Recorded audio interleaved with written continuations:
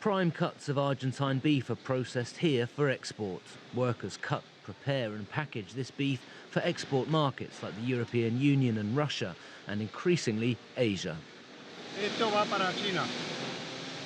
This batch is for China, says Marcelo Fiol, who has been manager of this plant for 15 years.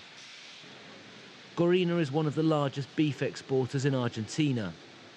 Located an hour outside Buenos Aires, the company says they produce a 20-kilogram box of beef every 4 seconds. It's a family business run by Carlos Riosec. He says different markets demand different cuts, but that over 60% of Argentina's beef exports go to China. There is a great challenge and opportunity for Argentina. When you look at the type of markets, the highest value is in Europe, but the volume is in China. That's the main trend.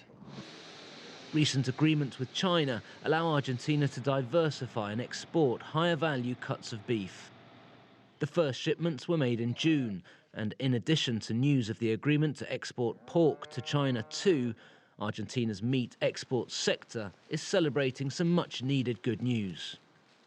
Argentina's economy is in recession. Official figures show that May posted the first growth in economic activity since April of last year.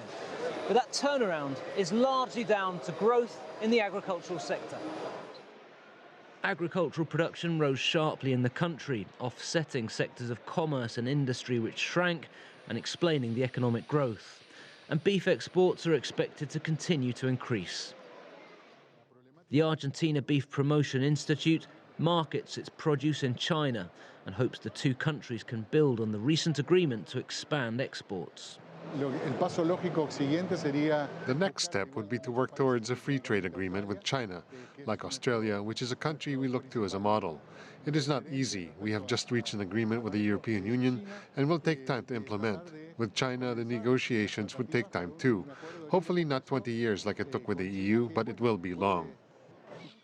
The sector still faces many challenges, but Argentina's exporters tell us they remain patient and optimistic for future deals. Joel Richards, CGTN, Buenos Aires.